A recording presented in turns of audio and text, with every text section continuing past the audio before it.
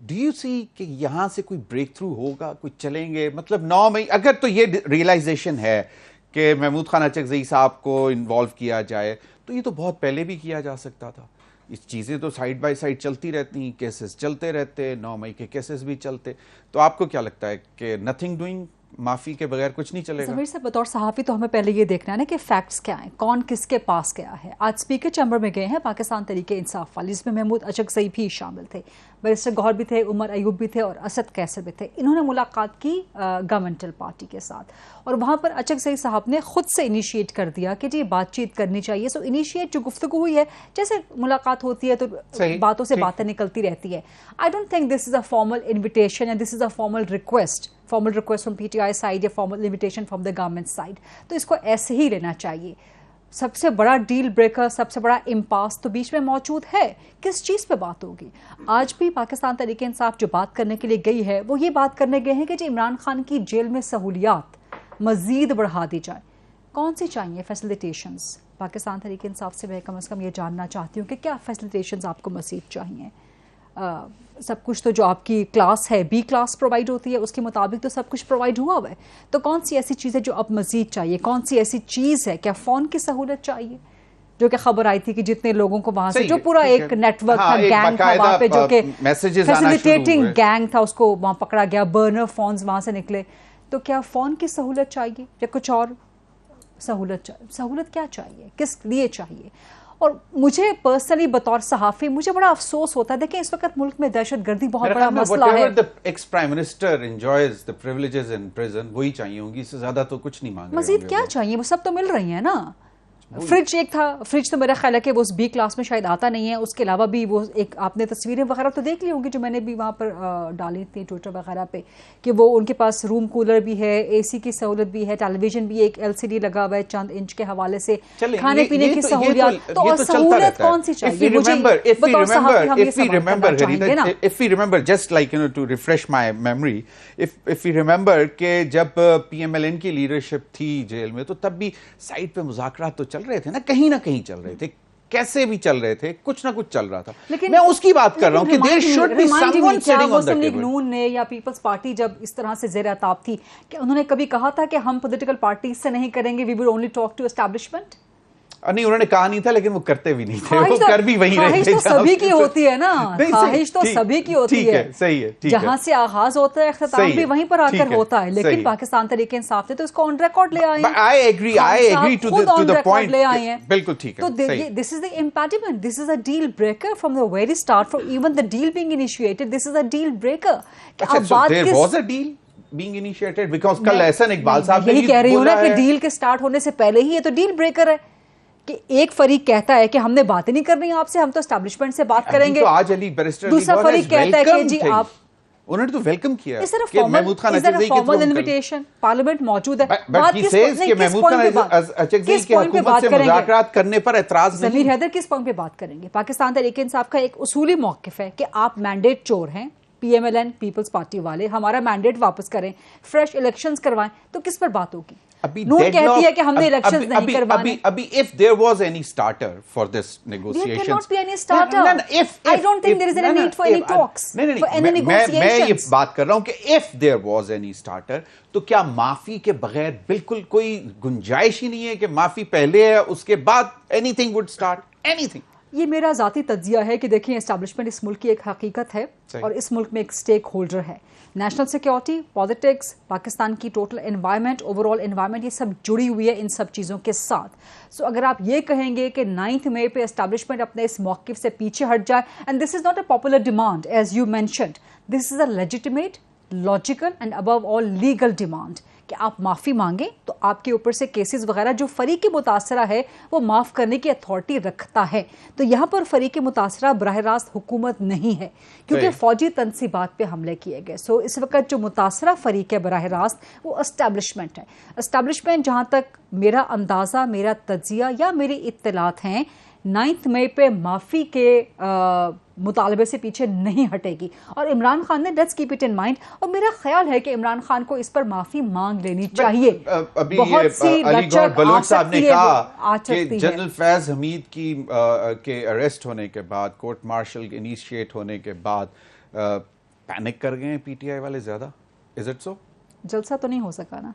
जलसा आगे जो होना है ये इस पर भी बात करेंगे, क्योंकि क्या वो हो सकेगा? कहा ये जा रहा है कि ये सारा जो एक माहौल बनाया जा रहा है कि जी चलें बैठ जाएं बात कर लें, ये 8 सितंबर का जलसा भी मुलतवी कराने के लिए। ज़मीर हैदर एक बड़ी पॉलिटिकल फोर्स के तौर पे इमर्ज हुई, एक होप के तौर पे इमर्ज हुई थी, इसको वो सस्टेन करना चाहिए था। एक थर्ड पॉलिटिकल फोर्स या एक ऑल्टरनेट पॉलिटिकल फोर्स पाकिस्तान में होनी चाहिए, लेकिन अनफॉर्चुनेटली पाकिस्तान तहरीक इंसाफ की अपनी सियासत नुकसान पहुंचा रही है इनको। इंटरनल सियासत हेडलेस चिकन की सूरत इस वक्त पाकिस्तान तहरीक इंसाफ ऑपरेट कर रही है। पंजाब में कौन है क़यादत? Absolutely nil and void. वहां पे एक बहुत बड़ा आपको गैप नजर आता है। खैबर पख्तूनख्वा में कैसे सूरत हाल चलाई जा रही है गवर्नेंस की? 8 सितंबर का जलसा भी आपको होता हुआ नजर नहीं आ रहा? मुझे तो कम से कम होता हुआ नहीं नजर आ रहा। खरीदा मौलाना फजल रहमान साहब के कैंप में चल क्या रहा है? मतलब इतनी बड़ी बड़ी शख्सियात उनको मिलने जा रहे हैं, और क्या है क्या मौलाना फजल रहमान साहब इनसे भी मिल रहे हैं, पीटीआई वालों से भी, इनको भी कह रहे हैं कि ठीक है इशू टू इशू हम आपके साथ चलेंगे। मौलाना फजल रहमान साहब बड़े घाघ सियासतदान तो हैं, मोतबर सियासतदान तो हैं, और चाहे वो पार्लियामेंट में हों चाहे पार्लियामेंट में ना हों, उनकी एक बहुत बड़ी रिलीजियस एंड सोशल फॉलोइंग तो है, पॉलिटिकल फॉलोइंग में जो ट्रांसलेट हो जाती है।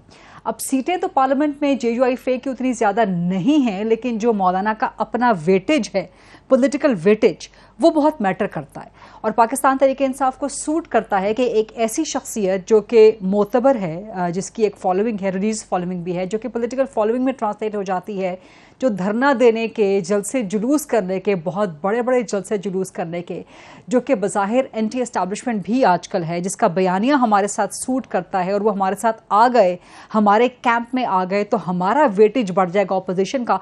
तो ये तो पाकिस्तान तहरीक इंसाफ को सूट करता है। जो दूसरा जो हुकूमत मुबैना तौर पर रिपोर्टेडली जो खबरें आई, फिर उससे बैक ट्रैक कर लिया, यू टर्न ले लिया हुकूमत ने कि नहीं हम तो सुप्रीम कोर्ट के छेड़ने नहीं जा रहे, हालांकि ऐसी सोच भी मौजूद थी और ऐसी मूव भी होनी थी। लेजिस्लेशन का पैकेज ही इशू है। सो उसमें मेरा ख्याल है कि बल्कि ख्याल क्या यकीनन उसमें हुकूमत को मदद चाहिए मौलाना फजल रहमान की, ना सिर्फ चंद वोटों की जिससे बहुत बड़ा डिफरेंस पड़ सकता है, बल्कि वो जो एक बयानिया बनाने में मदद मिलेगी, क्योंकि जो भी मूव हुकूमत करने जा रही है वो मुतनाज़िया ना हो जाए। और फिर ज़ाहिर अगर मौलाना उस मूव में हुकूमत के साथ मिल जाते हैं तो पाकिस्तान तहरीक इंसाफ का वो बयानिया जजेस के हवाले से या सुप्रीम कोर्ट के हवाले से वो ज़रा तनहा रह जाएगा, वो आइसोलेशन का शिकार हो जाएगा। महमूद अचकज़ई एंटी एस्टैब्लिशमेंट हैं, बलोचिस्तान की हद तक एक बड़ी शख्सियत हैं, लेकिन वो एक नेशनल शख्सियत नहीं है। उनके मुकाबले में मौलाना फजल रहमान ज्यादा सूट करते हैं। सो एक तो ये दोनों तरफ पॉलिटिकल इंटरेस्ट की गेम है। अब मौलाना भी ज़ाहिर एंजॉय कर रहे हैं इस लाइमलाइट को, हाईलाइट होने को, बिकॉज बहुत अरसे तक उनकी एक शिकायत रही थी कि ना तो हुकूमत वाले मुझे पूछते हैं, वो इसका इजहार भी कर चुके थे कि जी आप तो हमारे पास आते ही नहीं, बात ही नहीं करते। तो अब जरदारी साहब ने बंदूक दे दी कि इसकी शिस्त पे आप इमरान खान को रख लें। पहले वो इमरान खान को शिकवा था ना, बल्कि शिकवा नहीं, उन्होंने क्लेम किया था कि जरदारी मेरी बंदूक की निशिस्त पे है। सही। तो अब जरदारी साहब ने मौलाना को बंदूक गिफ्ट की है कि आप रख के आप उस पे इमरान खान को उस बंदूक की शिस्त पे रख लें। दूसरा तो एक कानून साजी है, मतलब देयर इज सम लेजिस्लेशन, तो मतलब इसका मतलब है कि government is planning to go head on against judiciary. जिस किस्म की चीजें सामने आई, there is a smoke, there is a fire behind, लेकिन वो इतना एक्सपोज हो गया था। अभी अतात तारा साहब से मेरी 12 जुलाई का एक फैसला जो है वो इट हैज लाइक इनको कहता जोल्ट की तरह हिला दिया, मतलब लेकिन वो क्या फैसला था? रिजर्व सीट्स के हवाले से है ना। क्या वो फैसला, देखिए अखलाकी एतबार से वो सीटें पाकिस्तान तहरीक इंसाफ, मॉरली वो सीटें अखलाकी एतबार से पीटीआई की थी, लेकिन लीगली क्या थी? सुप्रीम कोर्ट ने क्या मॉरल फैसला किया है या लीगल फैसला किया या कॉन्स्टिट्यूशनल फैसला? मतलब अगेन वही पॉइंट के पीटीआई ने तो डिमांड ही नहीं की थी। ये बहुत बड़ा पॉइंट है, क्या पाकिस्तान तहरीक इंसाफ उसमें पार्टी थी? लेकिन मैं एक चीज पे कमेंट करना चाहूंगी आपकी इजाजत से। प्रूफ्स 9 मई के बहुत मौजूद हैं, they are staring in the face, they are obvious proofs. सबसे बड़ा प्रूफ इमरान खान ने खुद एडमिट किया कि मैंने कॉल दी थी GHQ के बाहर एहतजाज की। तो आपका ख्याल है कि एक वर्कर जब चार्ज्ड होता है, अगर उसका लीडर गिरफ्तार हो, वो चार्ज्ड होता है, आप उसको GHQ के बाहर या किसी भी जगह पे जाने का एहतजाज का बोले, तो क्या वो वहां जाके जश्न मनाएगा? वो वहां जाके लड्डू बांटेगा क्या? तो जब आपने ये एडमिट कर लिया, फिर there has been a constant brainwashing a constant streak of narrative building and a constant streak of narrative inculcating inside the brains of the youth. तो वो पिछले 1.5 साल 2 साल से मुस्तकिल जारी थी। फिर सबकी वीडियो, सबकी ऑडियोज आपके सामने मौजूद हैं। देन हसन न्यासी कौन थे, कौन हैं? क्या वो इमरान खान के भांजे नहीं हैं? क्या वो उनके फोकल पर्सन नहीं हैं? क्या उनकी पार्टी में ओहदा नहीं रखते? सो ये proofs are there, they are lying there, obviously staring in the face. दूसरी बात, ये प्रूफ्स चाहिए अगर पाकिस्तान तरीके इंसाफ को, तो मिलिट्री कोर्ट्स में केस चलने देना। तो इन्होंने रोके थोड़ी हुए हैं, वो तो जब चले जाएंगे तो इनको तो जाना यही पड़ेगा। तो गए थे ना सुप्रीम कोर्ट में, और स्टे ऑर्डर, सारी स्टे बात है, एक तरह से कंडीशनल स्टे किस तरह से मिला हुआ है, लेकिन जब चले जाएंगे अल्टीमेटली तो जाने देना, केसेस चलने दें अदालतों में।